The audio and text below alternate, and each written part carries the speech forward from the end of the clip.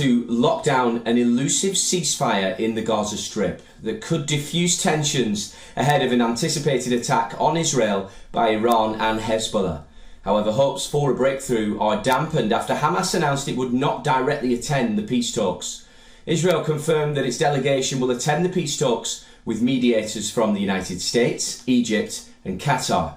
The team will include David Barnea, the Mossad chief, Ronen Bar, the head of Israel's Shin Bet Internal Security Services, and Ophir Fleck, Mr. Netanyahu's personal political advisor.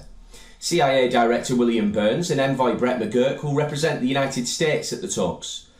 The White House played down the absence of Hamas at the talks, adding that the decision may well be political posturing.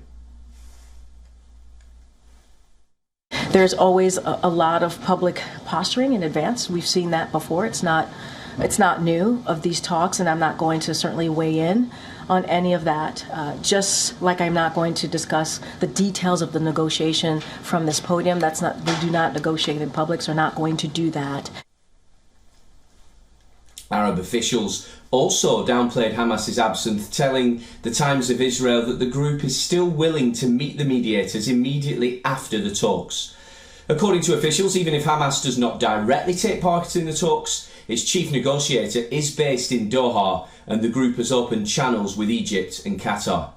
Meanwhile, Hezbollah continued to target Israel ahead of the Doha summit. The Iran-backed group fired several rockets into the Kiryat Shmona area, the Israel Defense Forces claimed, adding that no injuries were reported.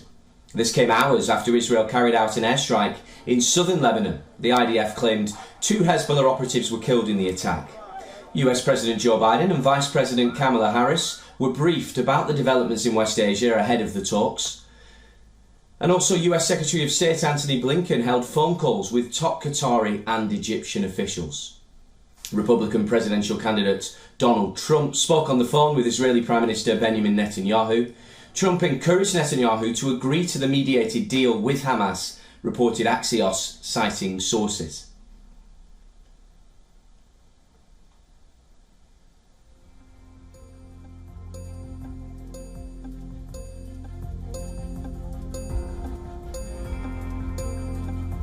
Well, our correspondent Jodie Cohen elaborated on the expectations from the talks that are scheduled to take place this week. Right, so White House Press Secretary Karine Jean-Pierre has said that Thursday is an important day. The US, Qatar and Egypt are hosting the talks to try to reach an agreement on a hostage ceasefire deal between Hamas and Israel.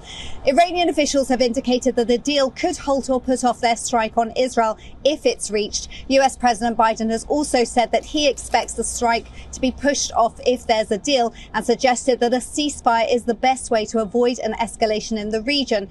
Israel has said it would send a delegation to the talks, but Hamas has said that they won't send a delegation. And now the White House has suggested that this could be political posturing. A Hamas official has said that they're committed to the proposal based on President Biden's July speech. But Israeli government spokesperson David Mencer appeared skeptical, pointing to the 29 amendments demanded by Hamas. And on Thursday morning, we've heard sirens into southern and northern Israel, alerting people of rockets and hostile aircraft. Well, Jodie also lists the probable concerns that Hamas and Israel could have with the potential deal. So these talks are being seen by some as a last attempt to reach a deal, but there are reportedly still concerns. Now, commentators suggest that Hamas is concerned with its survival, and that's the survival of its remaining leadership and cementing itself as the key representative of the Palestinian people in any future state. This morning in Israel, there have been some protests calling for a deal, but interestingly, IDF spokesperson in reserves, Doron Spielman, has come out against the deal. He's called it CPR for the dying Hamas and said that the deal would mean the release from prison of murderers. He suggested that while Israelis are of course desperately wanting to see the return of the 115 remaining hostages, the release of terrorists would replenish Hamas's fighters and endanger Israel in future. Now, Hamas has suggested that the hostages released in the first phase of the deal could be dead or alive, and Prime Minister Netanyahu is insisting that the hostages must be alive, prioritizing children, women, the sick and the elderly. It remains to be seen if an agreement can be reached. We'll know more in the coming days.